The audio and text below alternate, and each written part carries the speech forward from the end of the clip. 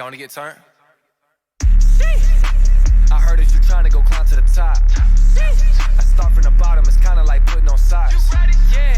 Y'all ready or not? Don't let me get hot, though. Clean like a mop, whole world is shot. This place gon' knock, this place gon' rock. Y'all ready or not? Ready or not? You ready or not? You ready or not? Pay my dues, punch that clock. You ready or not? You ready or ready or not? You ready or not? You ready or not? You ready or not? Pay my dues, punch that clock. Ready or not? You ready or hey. What is going on, guys? Welcome back to another episode of Pain to Profits. I'm your host, Samson Jagoras, where every episode we're imparting the wisdom of entrepreneurs to help you guys save time and level up. And today I'm sitting with my friend John White, owner of Monstr, and his incredible journey from working at a high level in a business into buying a business, taking over that business, and now operating that business today. So, John, welcome to the show, bro. Thank you, SJ. Good to see you, man. If you guys don't know, he always refers to me as SJ. I hit him with the J dub every now and again. We go way back. We used to work together at the agency. Yeah. And how long were you there for? 8 years. Yeah, 8 years. And I think you and I worked together for almost all that. So yeah, pretty much. It's been a bit now, almost 10 I years. think I hired you, right? Yeah, you did. You were like working at a hookah bar or yeah, something? I was working at a hookah bar. Right. Yeah. I remember his interview. I got an interview question. Yeah. I mean, yeah, that was intense. Probably one of the best hires we've had, though. So I think you guys have heard me talk about it in podcasts as well, about looking for those intangible qualities. And I think John would definitely be a guy who lived up to that, because if I was just trying to look at his resume and track record, yeah, no way. it was like, dude was working at a hookah bar and he had very limited experience, and he went on to be a director at the highest level in the organization. So, dude, first off, I just want to I'm proud of you, dude. Thanks, it's man. Freaking cool to see what you've done and the business that you're building. But that journey has not been easy, taking over a company. But before we jump into that, 8 years in the business, what was the itch or the moment in time? Because I think this will be helpful for our listeners. When you're like, okay, this is it. I got to pull the ripcord and make the transition. Yeah. No, it's a good question. So going back, as long as I can remember, one of the first things I knew about me was I wanted to do my own thing. I wanted to own a company. Was never really sure if that was going to go start my own thing or maybe buy something. As I got older and started learning and trying to understand the relationship between time and money and appreciating time for what it is, the most valuable currency you can get, started leaning towards buying, and that was kind of where it started. So backing up to the hookah bar days, I knew I had to get out of there. I had this just walls closing in moment, and I was like, I got to make a life change. Otherwise my outlook is pretty bleak. Yeah. Had an interview with SJ and I got that. And then that started this series of events that I was able to kind of just stack and build momentum on. And about 4 years in, I was doing well. I was making good money, and hours were pretty straightforward. A couple of weeks here and there where you got to go dig deep on that, but not terrible. Lots of PTO, but living the life. But I just had this nagging thought that man, you are compromising on everything that you knew you wanted.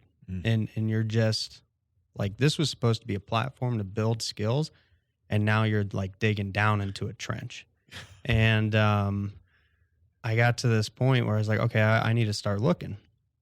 So then I started looking, 3 years on and off for companies, and we looked all over, everywhere in the state, looked at all kinds of different verticals. My philosophy was, hey, I'm looking for a good profile fit. I'm not looking for one industry. What was that profile fit? Oh yeah, that's a good question. So I was hoping to find a really good mesh with what I brought to the table. So I felt like I could bring personal development, leadership, business development, marketing, sales, a lot of the soft skills that get overlooked in business owners, especially trades. And I wanted to find somebody who was basically at the end of the rope, burnt out.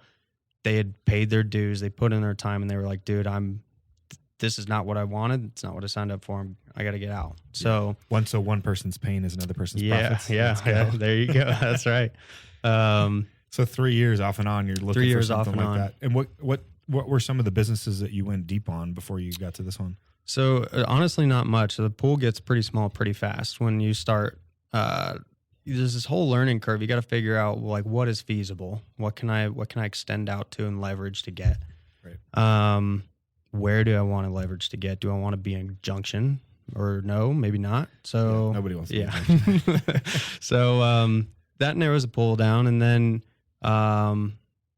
you may fill out 30 inquiries or contact 30 different people, and you might hear from 5 to 8, which is kind of disheartening, but that's what it is, And then you get those, you get the executive synopsis, right? This is the marketing brochure, my one pager for why you should buy my company. Yeah. And so those are all dolled up and look real pretty. Yeah. We always say you just take everything the broker gives to you and throw it in the trash. Yeah. And start from scratch. Yeah. 100%. This is absolutely everything you dreamed about. Yeah. That's exactly what it is. So you got to learn, you got to learn how to like parse what they're actually saying. And then from there, you might inquire about like half of those, and then from that half, you go meet, and pretty quickly, like I'm an instinct person. I love going off that, and a lot of that you get there, and you're like, okay, not for me, or like, oh, this is not at all what you said it is, the kind of thing. don't match the drapes. Yeah, it's like, so that narrows it down really quickly, to be honest, and when I know there's a lot of private deals out there. I primarily leverage like bizbuysell.com and stuff like that to do some of that, upfront legwork. Question for you. Hmm? When you found Ink Monstr, Yeah.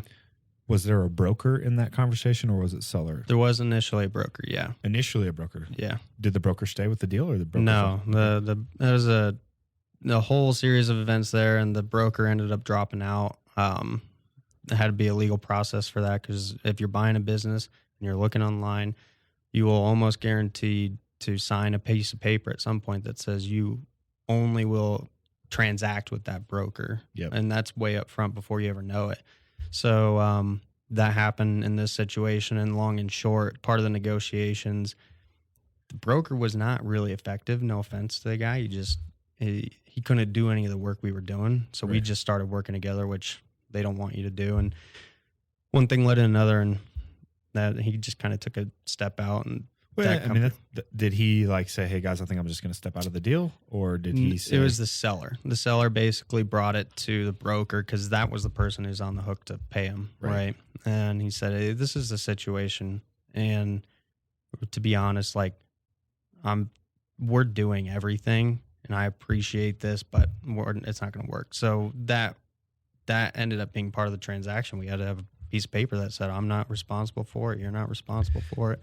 I just want to throw some color in there, because one of the things that's interesting about business brokering is there is no licensing for that. I know. We looked into it. It's crazy. Anybody can be a business broker. Yep. The only time you need a license is when real estate's involved. But even then, if you don't have a real estate license, you would just use an attorney to square up all those details. You're already using an attorney anyways, and a lot of times the business attorney can handle like the retrading on a lease or something like that. So just be cautious if you're going down that route of using a business broker, but also 100%. On the other side of it, if you're selling a business, it's really hard to tell who's who. And, I think the biggest thing a broker can help you with ultimately is their marketing platform. And most of them don't really have a marketing platform. Yeah. And it's a great point, because, I was stunned at some of those rates that these brokers are getting. Some of them are 10 to 20%. Yeah. And so you got to ask yourself, if you are looking at, a succession plan or exiting, you really want to do your homework on that, because to be honest, there is nothing that broker did in this situation that a motivated person who owns a company or something, they could do it 100%. Right. Yeah. There's no reach that they have that you're not going to be able to get. So you sift through all these businesses. Yeah. You finally get COVID hit. And then you hit COVID. Yeah. And COVID, we'd been looking on and off and on and off, and then COVID happened. And that was the dichotomy shift. That was where all of my efforts 10x over time, because I remember, everything, just like everybody else, everything was stable. Everything was consistent, predictable. Love it. Then COVID comes in, shuts it down. And I was very quickly you know, I knew in my position at that time, like, hey, dude, you're pretty far down on the list of like, you'll be here. Like, you'll be one of like 10 guys slugging it out. Right, if we get to that, you're going to be okay. But what drove me nuts was conversations about my income, my livelihood, my security, my family's security, all that were being happening, you know, at tables overnight, every day. It was a little bit of a whiplash. And I had no say in it. Yeah. You know, that just put a pit in my stomach and a fire in my belly. Like, I was just, okay, it's go time. Yeah. Like, I'm not, it sounds odd to some, but no, I would actually much rather go through something like that with the position I'm in now, because I have more degree of control, I feel, you know. Because if worst comes to worst, you can start making phone calls and get on the phone and sell. Yeah. Step into a different role. Yeah. I'll shift. Push. I'd like to have more leverage, I think, is what it came down to. You know, I want to know that I have more levers to pull here and I have a greater degree of control. And the thing is if we're all navigating COVID all at the same time, well, then that's an equalizer. We're all the same. We're all figuring that out. No one's better at it or worse, you know? Right. So, but other people did have more say or they had less say. And I didn't like being on that side of the fence. So, ratcheted up time, effort, and energy going into that. And came close on a company, actually. Went down to Berthoud, met with him. And what kind of business? It was a landscaping company, which I wasn't really feeling like drawn to that or like sucked into that by any means. But, you know, numbers, dollar cents, it looked, you know, they've been around for a bit and had a decent operation going. So started kind of looking under the hood, met him. So when we met, he says, well, hey, look, I'm about to go on my annual trip. I go down to Mexico and I scuba dive every year. And let's pick this up when I get back. And I'm like, man. So I go home and I tell my wife, I'm like, I've worked with enough of those guys to know he will come back and he will look himself in the mirror and he will say, I got one more year of me. Yeah. So I said, we're not going to buy this company. So he comes back and I got my email teed up, ready to go, send it out. And before I could send it, well, I'm literally about to send it, I get an email from him and it says, hey, man, company's not for sale. And I was like, okay, I figured. That's awesome. So that was pretty, I don't really know how to explain it. I think like I was getting pretty excited about the prospect because you're like taking steps towards actualizing a vision, which is exciting. It should be exciting every time. Yep. But you have to have that gut check too of like, is this the right step to actualize the vision? Because there's so many of them and there's so many different routes. So I was and that instinct, man. That's the value of having a broker on the buy side who can help you navigate through that. Yeah. Because not everybody has that gut instinct. Because I've looked at tons of businesses, and every financial is different. The way that they do their balance sheet's different. The way that they deliver their marketing thing. Sometimes there's a broker involved. Sometimes there's not. Sometimes I prefer when there's a broker involved for the type of business. Yeah. Sometimes you can tell that they're blowing smoke. Sometimes you don't know enough, and you got to bring in another party from the outside. So that instinct, man, is crucial because that's a big risk, you know? Yeah. It's everything, you know? It's like, I mean, if you're sitting around in capital and you're ready to go, you know, that's one thing, but a lot of us aren't, you know, a lot of us are out there and they're just like me that you have real conversations with either yourself or your wife or whomever it is. And you're like, are we willing to put everything on the line? Yeah, collateralize our house, Yeah. put some down payments down, you know. Our personal, our rental, our everything. Yeah. And then the only thing, you know, in our case, they were like, what about your 401k guy? I'm like, no. You know, like, so everybody's a little bit different, but most of us have that same crossroads, right? Where it's like, are you going to do everything? Are you going to risk everything on you? Yeah. And so you better be sure when you buy that business. So, went down to my basement because I was like, man, I just back to the grindstone. Like but at this point, like I swear I could tell you just about every company for sale in Colorado that matched my criteria because I just knew it. I'd spent so much time on there. And I was just fiddling around with filters again, setting up my queue to get my searches refined. And for whatever reason, man, I cannot tell you. I honestly, like, I'm a Christian. I think that's when God intended for this conversation to happen. That's what I genuinely believe. But I came across this listing that I presume I'd seen before, but I never drew my attention, you know? So I click into that and inquire, get the brochure. And when I opened the brochure, I felt different immediately. Like, I felt like this is something different. Did you get excited? Was it like, oh yeah, this kind is what of I've been looking for? Kind of. It was not really the excitement that most people would like associate with excitement. It like was waiting to go to Disneyland excitement? Yeah. I did not like that. It was more like, man, how would I describe that? It would be like the beginning of a storm in a good way. If that, it's like that anticipation that's building, and okay, we're on to something. Now, what it will look like, I'm not quite sure, but I know that this is something different. Well, that's also a testament to the amount of reps you got into to know what a good deal would look like and maybe not look like. Yeah, because there were so many, you get those after a while, and you're like, no. Yeah, within 2 seconds. I don't need to go any further. Yeah. So one thing led to another, man, and that took about 12 months, just on and off, ups and downs, twists and turns. There are 2 different times where we thought, deal's dead, but 12 months to close the deal? 12 months, yeah. Why did it take so long? It's a great question. SBA stuff is just like, it is wading through mud. And this is also 2020. This process started 2020. So this is like peak government incompetence. Like, we're talking, all the red tape is still there, and it's really cumbersome, but now like half the staff are there and nobody's willing to work. So I tell people this all the time. Like, if I wasn't part of the deal would not have happened. 100%. Like, just, it would not have. The people that are supposed to get paid to do this stuff. And don't get me wrong. Like, we talked to a lot of people, met a lot of good people, and there were good components, like individual performances, but the team, no. Well, yeah. Yeah. Yeah, it's how, Becky's out of the office and it's on her desk. And so, oh, shoot. You know what? It's late November. We'll talk to you in January. Yeah. It's like, it's 5:00. I got to go. Yeah. Exactly. That's constant. So it took you probably 8 months to get the loan approved?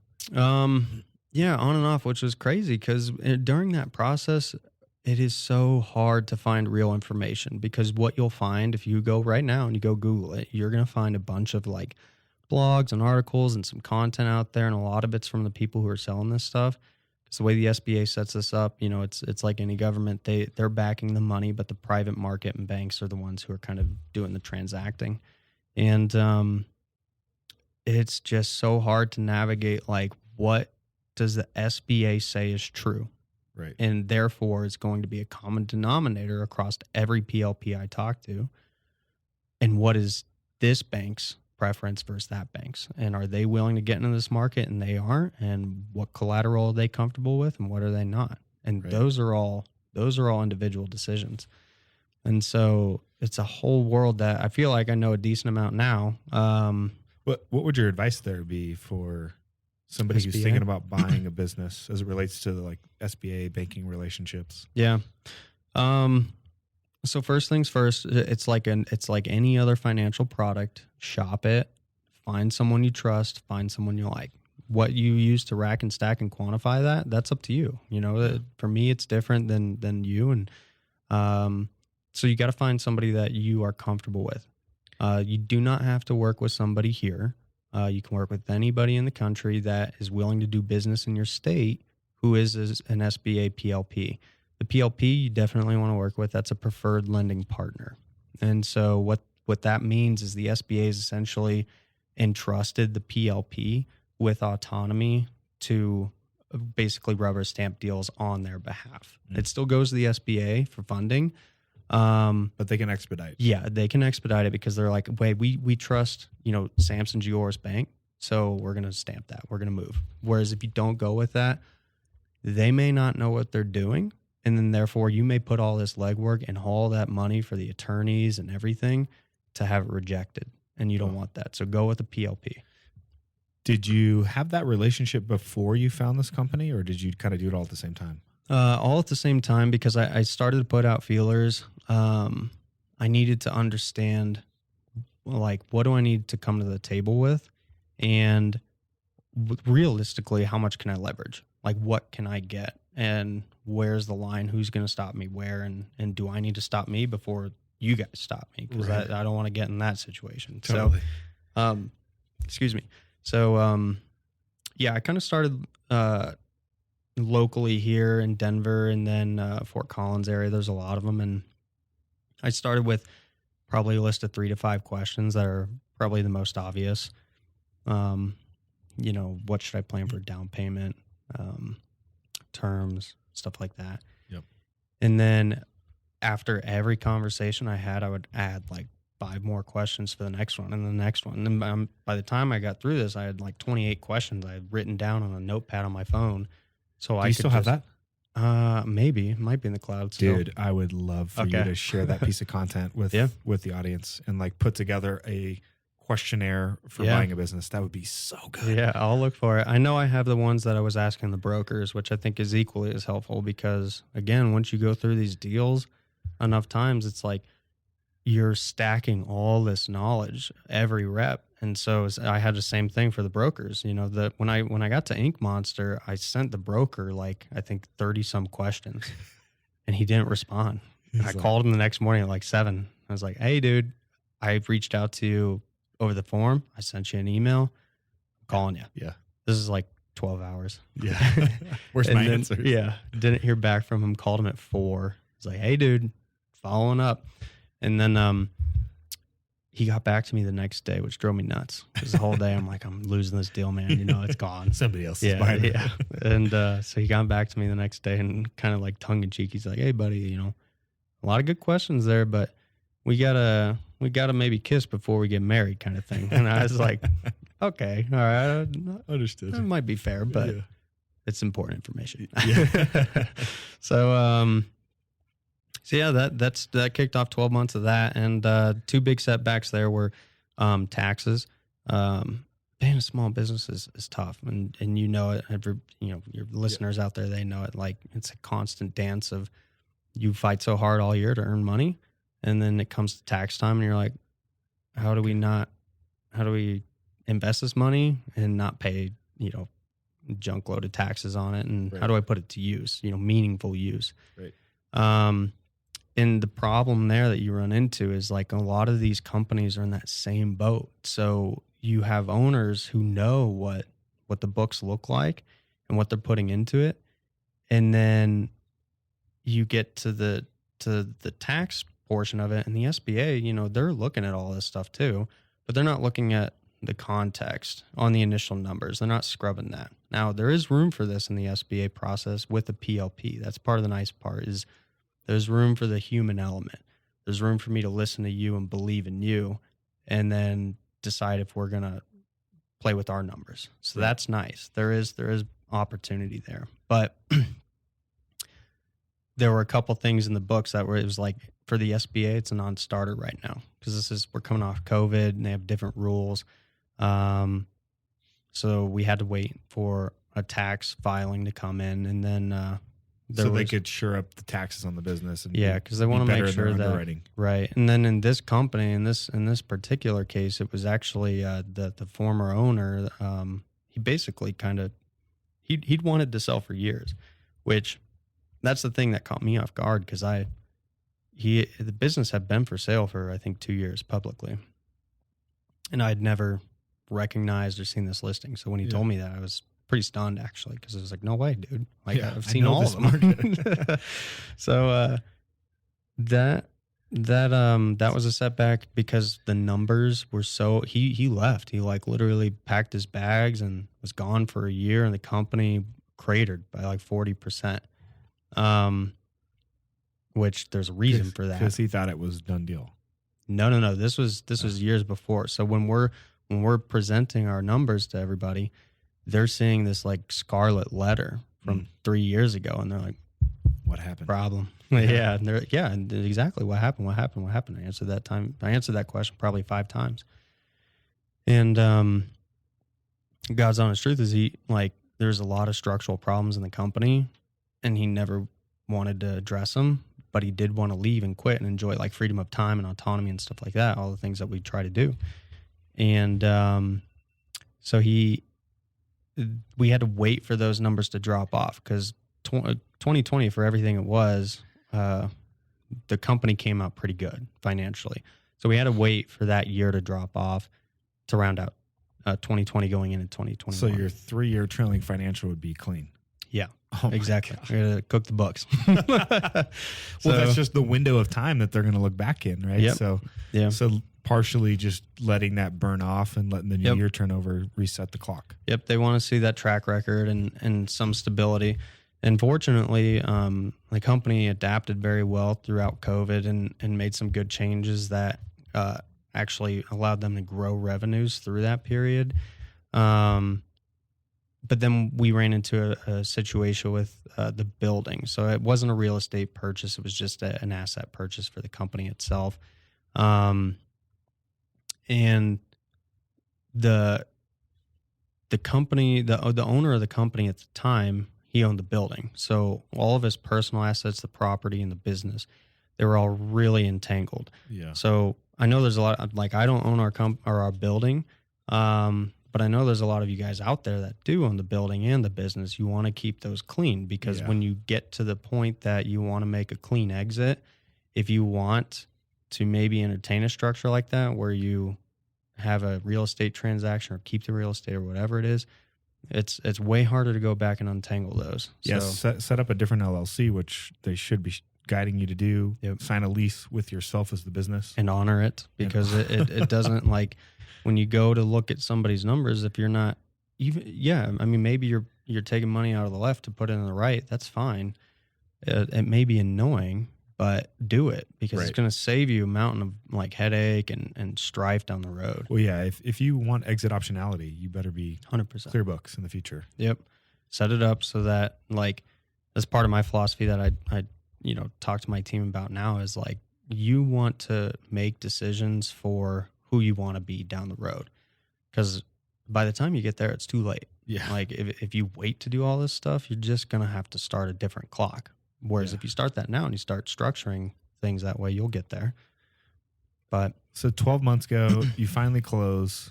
We close. What? So quick question. Yeah. What did you do? Was it like that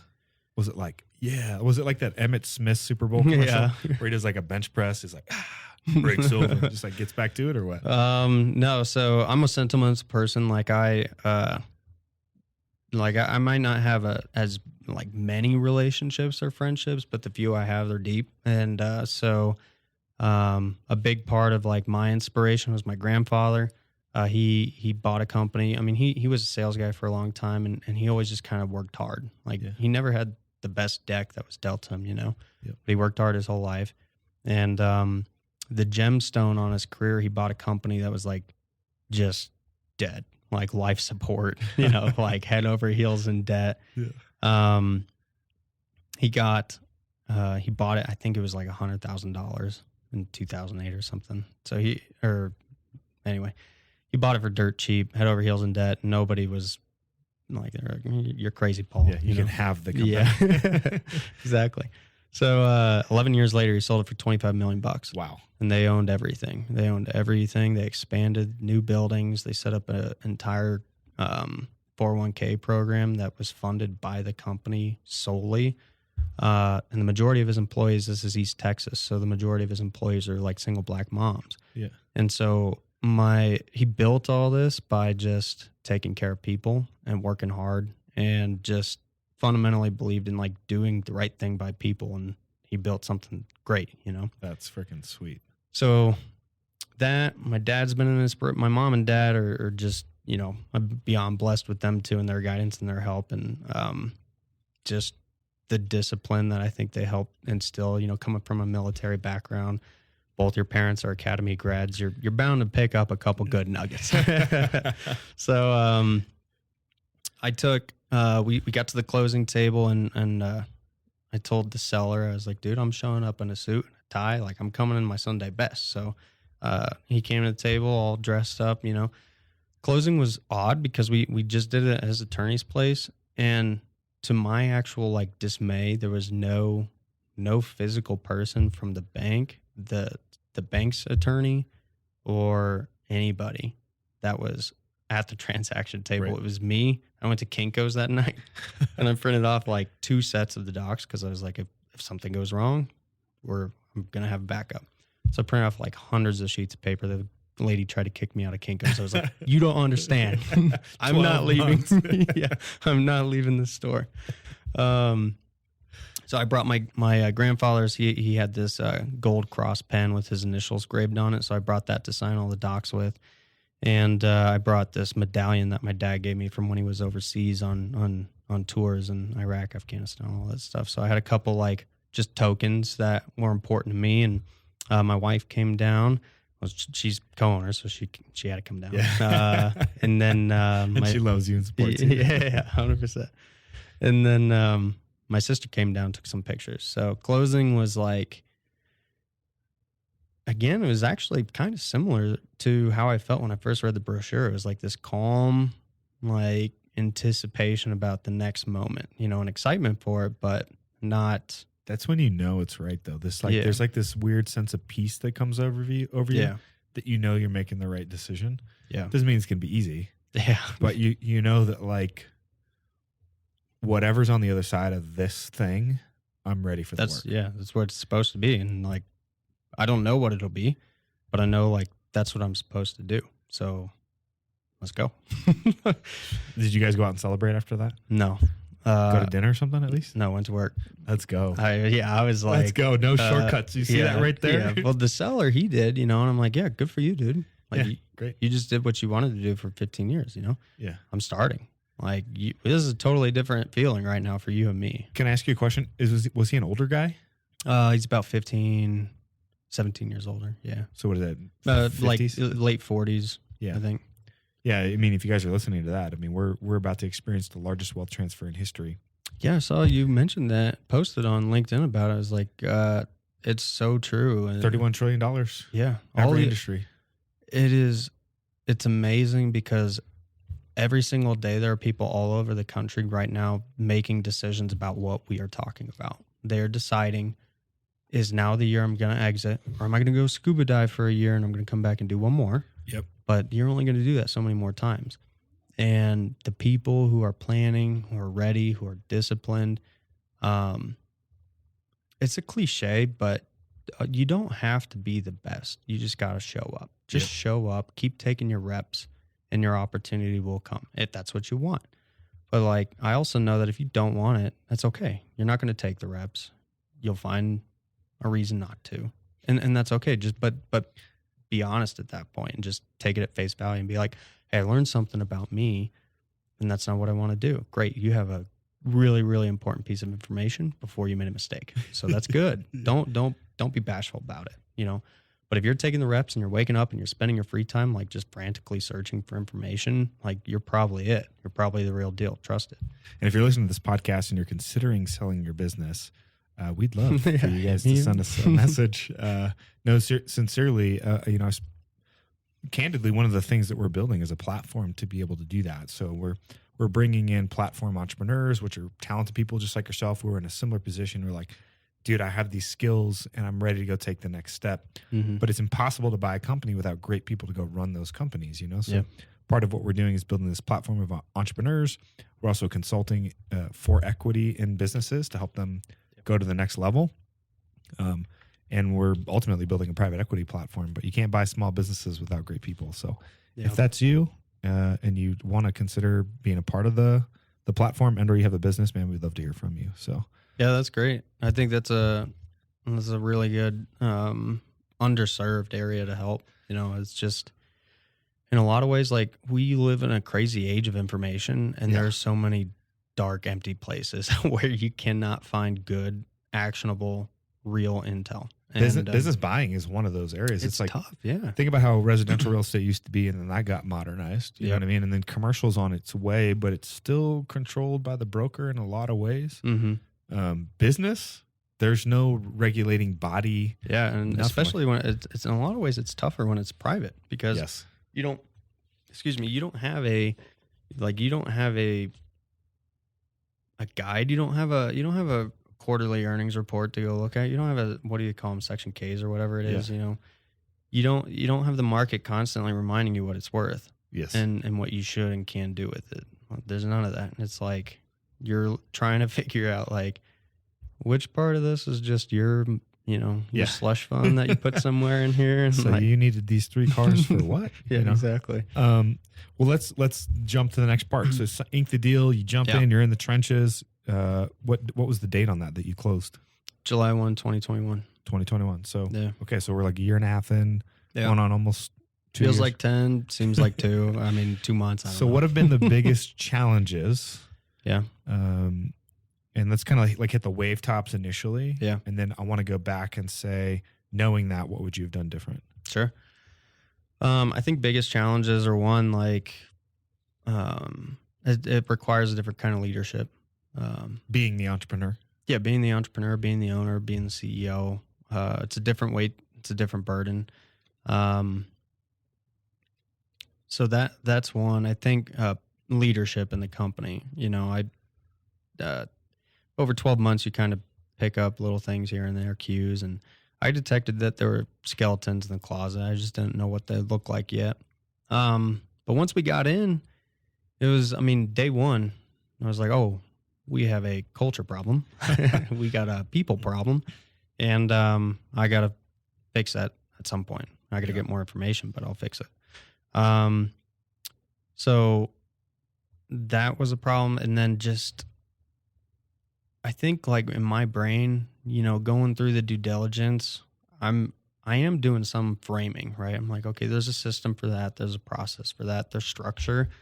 And a lot of that narrative didn't pan out the way it was. Like, to be frank, it was like the company was just winging it for 18 years or 16 years at the time. And lots of esoteric knowledge just trapped in people's 100%. It was like locked behind a firewall, and just navigating that with just the human element, ego and pride and hubris. Trying to dig that stuff out. Because I think, in my situation, there were people that were hoarding that as like a job security token, as like safety play. Yeah. Well, sales. I think it's important too, just in this case, the owner stayed on as the salesperson. Yeah. That's basically what I'm talking about. Yeah. Because we, most of these transactions, even if you go private money, there's typically an earn-out structure where they're incentivized to be behaved well, In the SBA, they typically want to see the owner carry 10%, 5 to 10%. They want the owner to stay hooked onto it, but they also don't want the owner to work there in any significant. It's the government. Like, it's exactly what you would expect.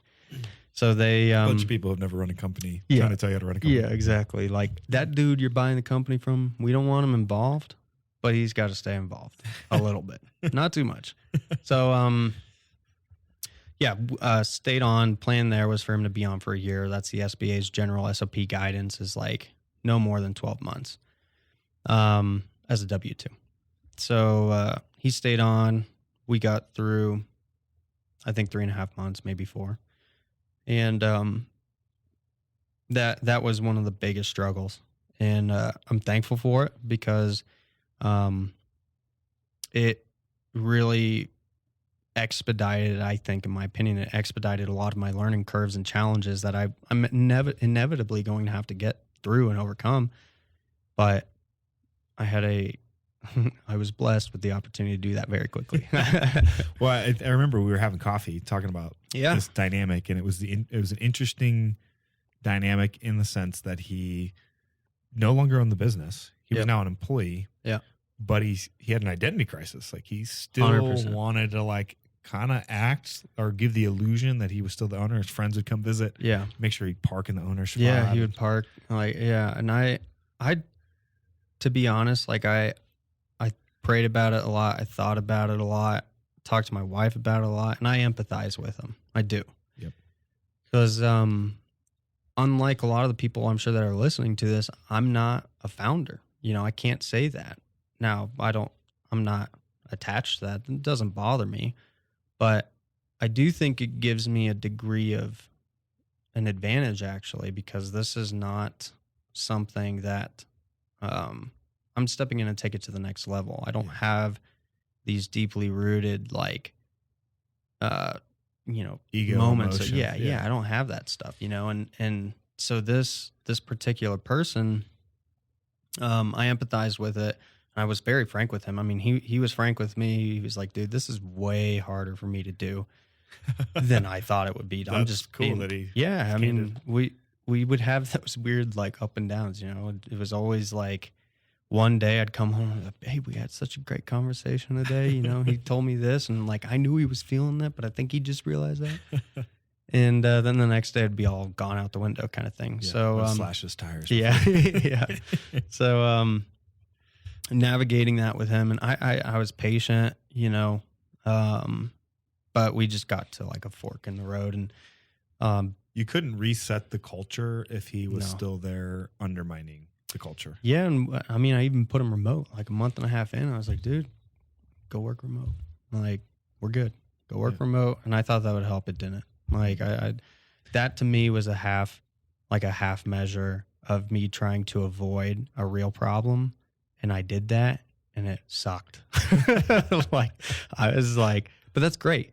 Like, I needed it. I needed to know, like, dude, you chickened out, Yeah. and here's the real call, and you're going to make it, or you're going to live with this every single day. And Yeah. some advice, like, I can't remember where I read this or heard it, but basically, anytime you get in a situation like that, you get three options. You can live with it, you can change it, or you can remove it. Mm. And so I tried changing it. I wasn't comfortable living with it. I had to remove it. Like, it's just simple, So once you got rid of him, did you have to overhaul some other people? Yeah. Yeah. Yeah, Because they were loyalists to him? Like, oh, this No. is how we do things, John. No, they did not. It was not like that. Unfortunately, this guy kind of isolated himself. Like, it was the me show, and everybody was there as a, like, stagehand to support that production. Yeah. And I mean, I don't harbor anything about it. It's just how it was. Yeah. Like, Just calling a spade a spade. yeah. And so, and it worked well for him, for a bit. And the point is, it accomplished what he wanted it to. And so that's okay. It's not how I would do it. It's not how I do it. And, I don't know how else to describe it. I just call it was basically PTSD. It was like this weird version of, like, people didn't know how to behave because it was such a shift that I was trying to do that they couldn't adopt it for a while. And there were some people that never adopted it, so we had to move on. And Was it because they saw you like the other owner and how he ran things, and they were maybe scared? Or they were just, it was like a unwillingness to change thing. It was a mindset. Yeah, it was an attitude thing, because there's 3 or 4 people stayed on through that. And to be honest, like, I still wonder, like, why did you guys work here? Like, here, some of the stuff I hear and what happened, it's like, I mean, it's pretty crazy. I mean, there's just people yelling at him, or he would yell at them, screaming at them, cuss them out, threaten them, all kinds of stuff. And they gutted it, man. Oof. They gutted it. And so they stayed on, but when you stay on and you work for an environment like that, it's tough to trust me when I come in and I'm like, hey, like, if I ask you a question, it's not an accusation. It's like me trying to learn. I'm new here, right? You've worked here longer than me. So I'm trying to learn.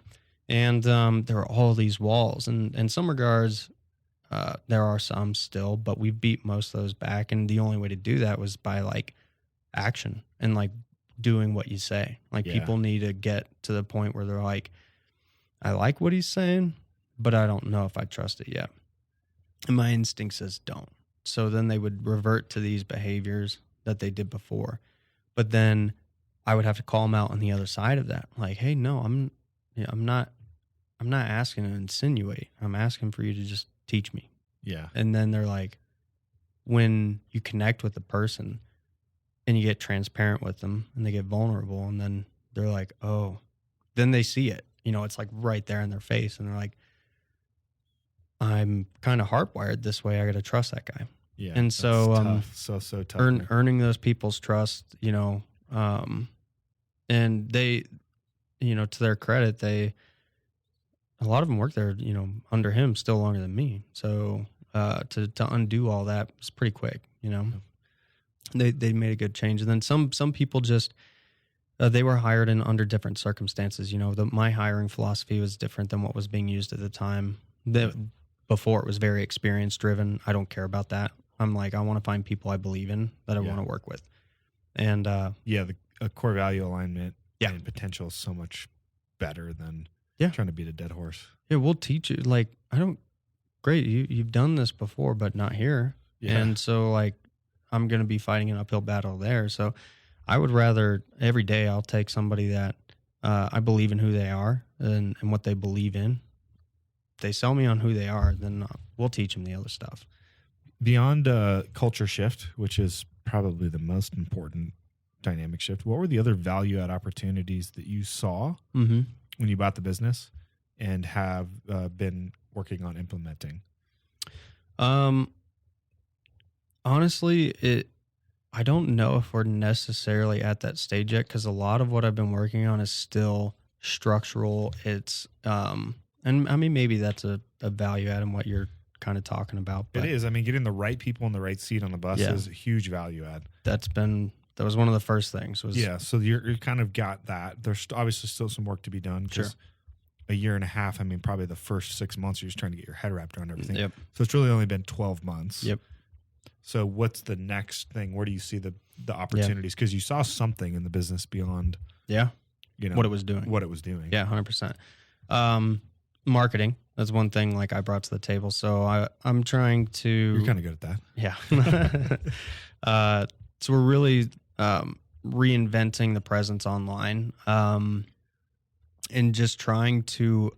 This industry, in a lot of ways, is slow to adapt. It's this bizarre culture of like you have white collar and blue collar all in one, and there's a lot of old habits, and there's a lot of people who are looking at selling and getting out. So we're kind of coming up to like this technology adoption process where we're implementing a new end-to-end solution for our software for all of our ops inside.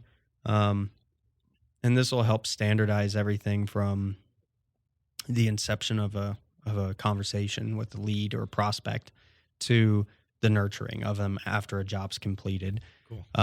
So we're working on that. A big thing that I took from you actually, and that we've been implementing, we're on a 12-month rollout, is the EOS system. So we're doing our, got our right people in the right seats to start with. I had our presentation and kind of taught people the fundamentals about EOS, and now we're implementing that in a 4-quarter rollout, which has been a lot of fun. And even just the dedicated touch points has been a huge value add for us, because we have a nucleus, right? We have our core team that we're constantly level setting. What's this problem over here? How does my decision here impact you, 10 steps down the line, and vice versa? And then it also is, we're actually able to coach and distribute information. Like we're able to coach it to a core team and then cascade that information down so that we can level everybody up. And that's awesome. That's been huge. Just that one thing. So that's a big component. And then not like we do a lot of custom work. So this is kind of a balance that we still juggle with, but we're not trying to be everybody's solution. And that's okay. I think I think this is a recommendation you gave to me too, is Built to Sell. Oh yeah, good book. Yeah, read that. And I loved the simplicity of it. It's like, just don't spread all these things out. Just like dig really deep and get really, really good at this one thing. So we're not quite that siloed into like just one thing. But we're actually pretty close, because we do almost just exclusively vinyl. Like we're not doing channel letters and big signs that you're attaching to like a 3D dimensional sign. We're not doing that. We're doing all your custom vinyl graphics, whether it's a sticker, a car, or a building. We got you. How did you settle on that? because that's what we do so well. It feels like everything else is like pushing on like a giant boulder uphill. It's not your thing. Yeah, it's just, when I look at the company, we do have a dye sublimation division where we're doing custom manufacturing, cut and sew USA made apparel. It's awesome. It's great. Love it. If you want some, hit me up. But that process is a different company. It is a different company within our company. Different process, different setup, different like Do you have a different margins. Kind of, yes. We have one person who's kind of spearheading that for us, and then us. We're just drafting the SOPs for that too. But it's like one of those. It's like you're on a train and you're moving and you're moving. It's like, oh, hey, stop. We got to go get Paul. Yeah. And it's like, okay, everybody, let's stop this 50. Let's stop all of this right now. Exactly. Okay, we got you, Paul? Great. Okay. And then you start building that momentum again. Gosh. And that's, wrestling with that. It's still something I do because I'm like, that's a business. Do we want to continue in that footprint and keep, like, are we actually going to invest in this and figure out how to do it right in terms of like making it a profitable like division of our company, or should we just dial in on vinyl, So things like that, there's not the SOPs I can't understate because SOP, standard operating procedure. Yeah, thank you. Sorry. The turnover was so high before I got there. There was never a way to build knowledge. It was like a revolving door. I mean, I say this all the time. Like, if you do not have SOPs, if you do not document your standard operating procedures and your core processes, and if your team does not understand them and do them as it's documented, you don't have a company. Mm-hmm. What you have is a group of contractors who are 1099s in actuality, disguised as a W-2. Right. So, like, you don't actually you pick, like it's 1099s serve a great void in the market. So, but if you want a company, if you want W-2s, you got to build a system and a process, and you got to get the people in there to understand it, improve upon it, and do it. Here's a little nugget, because we've experienced this in scaling the company that we were part of. One of your key signs that there aren't good SOPs is when you ask somebody, what's the process? And they say, oh, just watch me. Yeah. What's our process for selling? Let's just show what's to just watch me. I call it the watch me method. Yeah, right? Yeah. I'm just going to magically absorb it. So nobody can ever get up to speed on time because they don't even know what the playbook is, Yeah. Well, and you don't either, because to Correct. be fair, you're only human. And like what you do today, if you don't have that for yourself, it's like Jocko's, discipline equals freedom. Like if you don't have that discipline, which discipline will naturally translate to a regimen, some sort of checklist or a process. If you don't have it, you won't do it the same either. Like you're going to come in and wing every day your own. Yeah. So that's been a huge thing, because we actually got to a point in the summer where I got rid of one of our designers in April. It was an attitude thing. It was just like I could not flip that switch. And I didn't plan on getting rid of her. We had this hour-long dialogue. I thought we were making great progress, and then we got to like the final 5 minutes, and I was issued an ultimatum of like, do what I want, or I'm going to have a really bad attitude. And I was like, well, great, pack your stuff. I'm going to head out, I'll have HR come in and take care of it. So that happened. And then we had another designer leave who was that person's best friend. So it was kind of like, damage. Yeah. And, all those decisions, like, they feel stressful in the moment, I think, because you're kind of like, you're looking out over the horizon, like, okay, like we got a lot to get going. Yeah. And, but they're all the right decisions, and that's how you live with it, and you move on, because what that all your next steps and the bend don't break that comes right after that, it's worth it, because you're getting something better. So we hit that point in the summer, and we brought in this was one of my epic failures this year. I had somebody else hired for me, a designer, and that was the last one that I was like, okay, I'm taking over hiring because philosophically it has to be this way. So we bring this guy in, young kid, out of school, and we set him up for complete and utter failure. And I could say this with a straight face because I told him this after he quit. And so I apologized to him. It wasn't his fault. It was my fault. But we brought him in, and we were not doing SOPs. We had nothing documented. It was just like the watch me method. It was everywhere. And the problem with the the problem with that is like nobody learns the same way. And so there's no way to repeat that result. Even like I said before, maybe you can't even repeat it.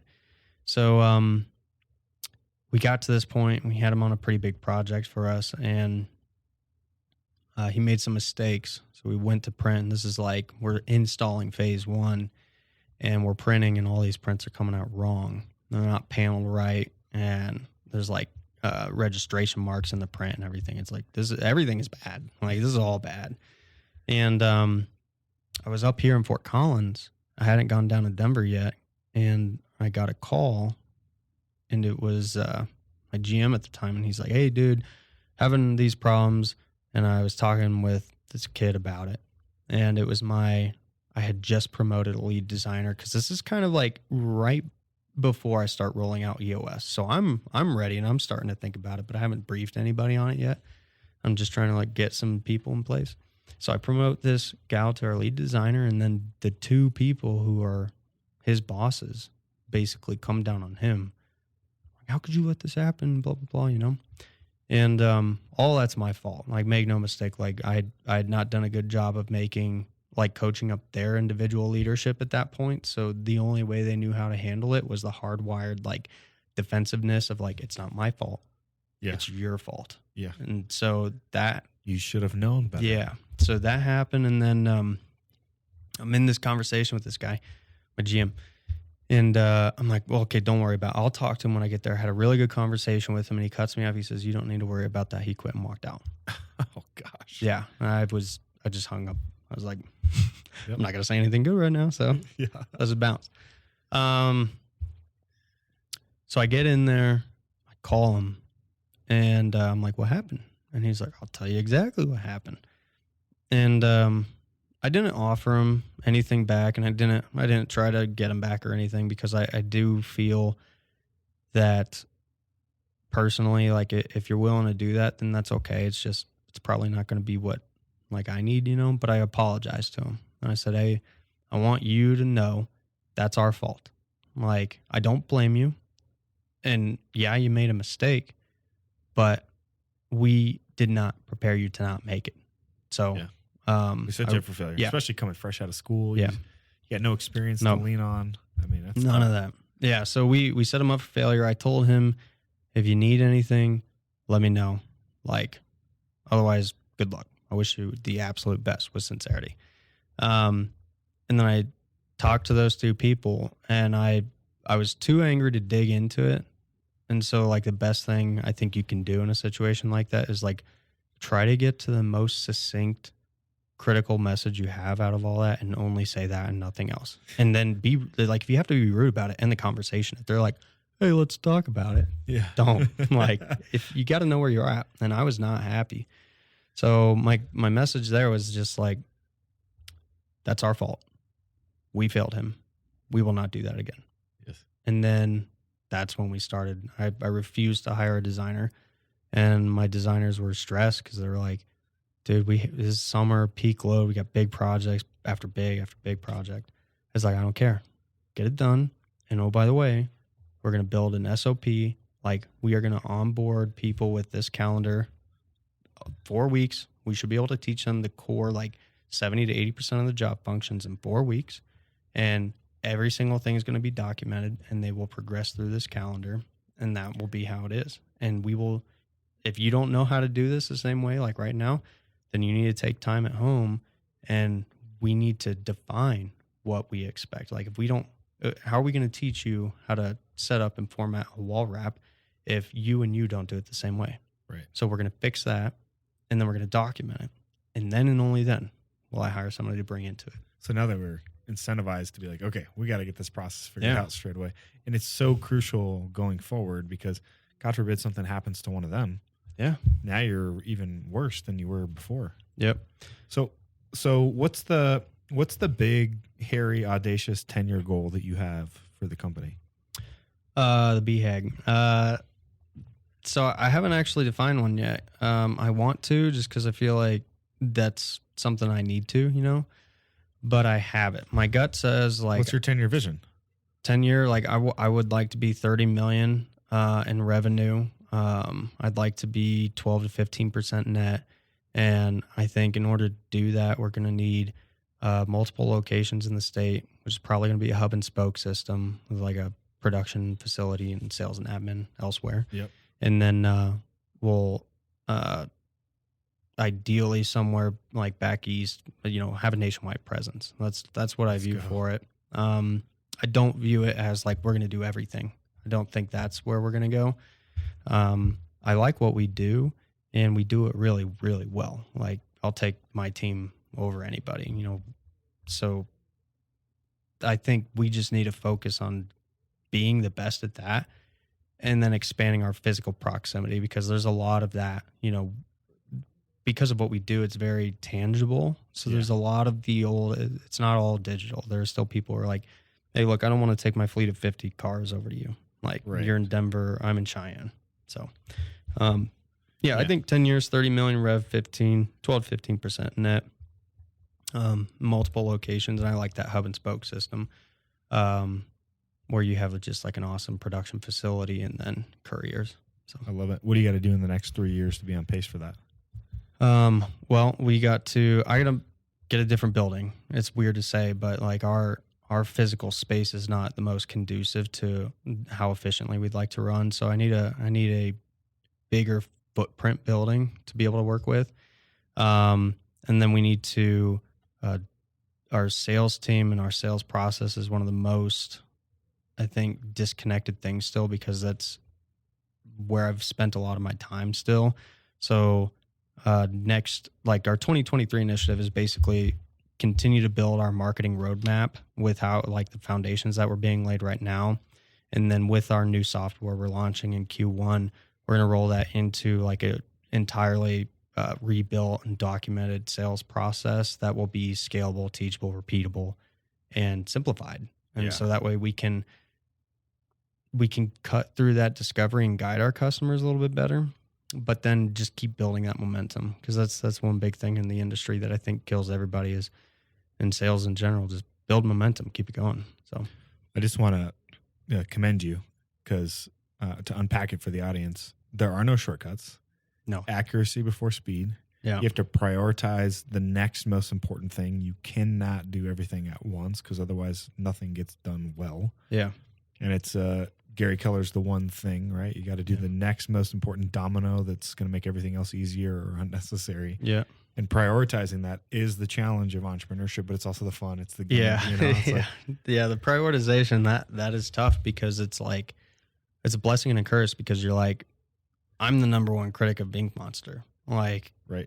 Just everything that's out there that we can't improve on. Like, I feel like I know most of that, and I'm constantly learning every day. But finding, you can't do it all at the same time. Like you gotta find the biggest way to create that ripple effect and that momentum transfer from you to another person. You got to find that first and do that first. So if you got 5 daunting tasks, who is the most ready person around you who can take it from you and integrate it without you? Do that first, because you'll feel like you just moved a mountain.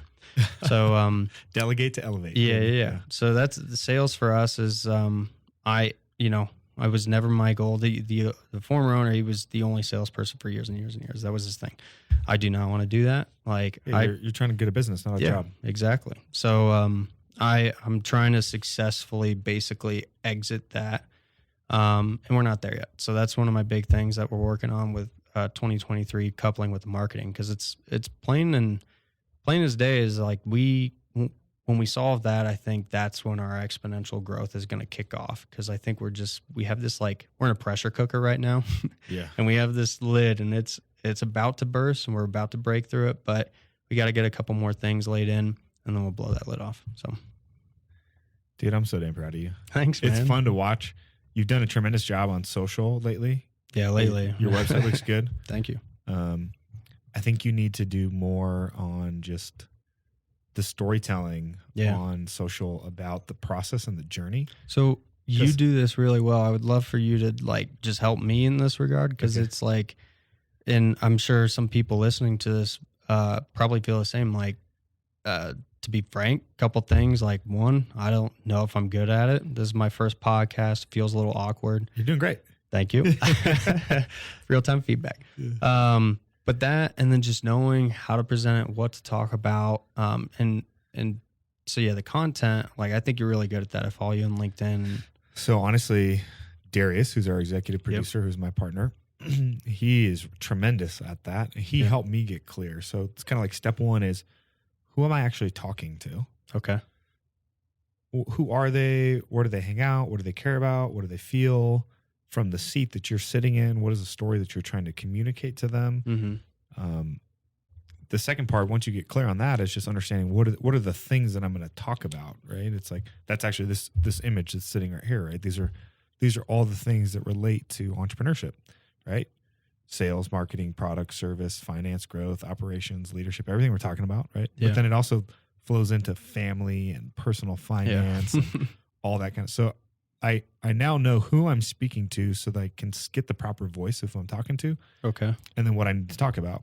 And then from there, what I've been working on now that I have that is, what's my system? Okay.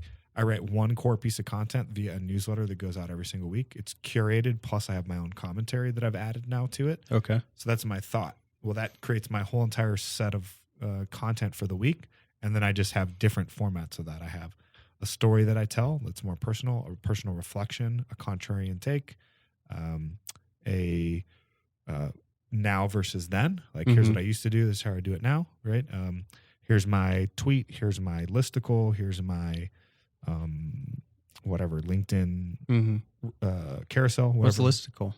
Listicle's like, here's the 10 tools that you need for managing operations in your company if you're a product business. Okay, You know, got it. Like digestible bullet point kind of stuff. yeah, so it works real good in a tweet thread or something like that. But the problem that I've found is people start creating content, and I know this because I did it personally. They start with what they should talk about, not who they're talking to. Yeah. So it gets real fuzzy if you don't have this true north of like, oh, I'm talking to this person. Like our avatars, right? Lay-start entrepreneur, 35 to 45, men, married, kids. That's primary. Obviously, there's bleed over on all that. But I know what they care about, who they follow, what types of content they consume, where they're hanging out at. Yeah. And then I just go there, and those are the primary sources where I go create content. So, dude, we should sit down and... Yeah, I'd love that, because it's that is a weak spot I know is like... there's a lot of people who still don't know, like, Monstr had this transaction and it's changed hands, and they find out and they're like, oh, thank God. I can work with you again. It's like, hell yeah, we'll take your business. Yeah. So that's what I'm saying is, like, for you, it's a big brand, personal development, business development thing of telling the story of Monstr, especially as you guys get really niche on like, hey, here's the things that we do. Yeah. Because your stuff's super visual. So when you share 100%. It, it's tremendous, right? But you have a lot to say, man. You're a smart cat. You're very philosophical. You think a lot about the work that you do and try to build frameworks and stuff. Mm-hmm. You need to share that with the world. Yeah, no, I appreciate that. That's I'd love to sit down too on another session and just pick your brain on that. Let's do it. All right, so we'll close with this. If somebody's watching this right now, they're looking for inspiration or motivation to finally take the entrepreneurial leap, what do you tell them? Man, I would tell you when. Like, if not now, when? Because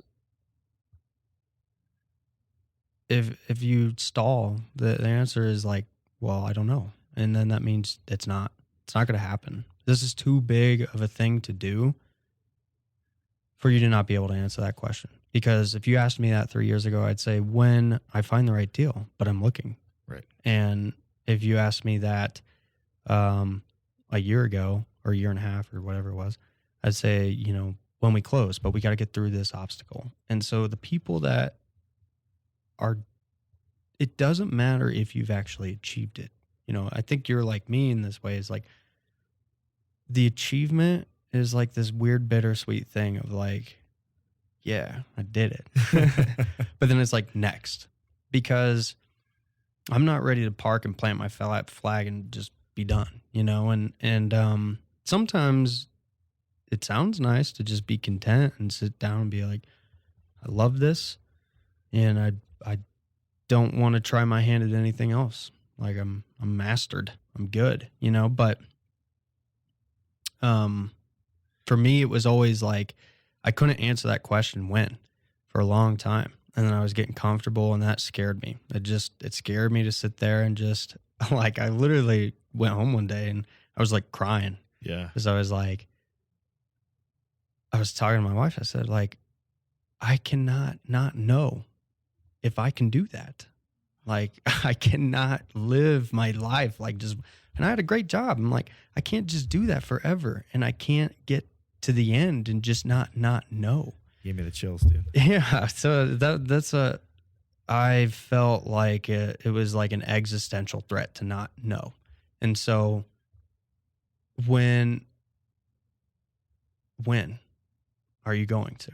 And if you're taking steps, you're going to tell me right now when this happens and when that happens, but I'm working on it. That's so good, dude. My wife has a quote that I love because it gives me a lot of peace in making decisions that I've never done before. Yeah. She says, you can always deal with the, oh shit, that didn't work out, but it's the what if that'll kill you. Yeah. Amen. 100%. She's like, you can always go get a job again. You're actually be more employable when you have these skills. So I'm like, that's point. a great point. I haven't thought about that. Yeah. So it's true. I love that, man. Yeah, get out there, do it, because like ideas, I say this in our content because it's visual, but I mean it. Like, your ideas are meant to be shared. Amen. They're not meant for you to just sit on and wonder. You know, Jordan Peterson says, if you're not willing to speak up and voice this thing, and that voice could be entrepreneurship. It could be your company that is in your head and it's just a kernel, like one small seed of an idea, or it could be anything.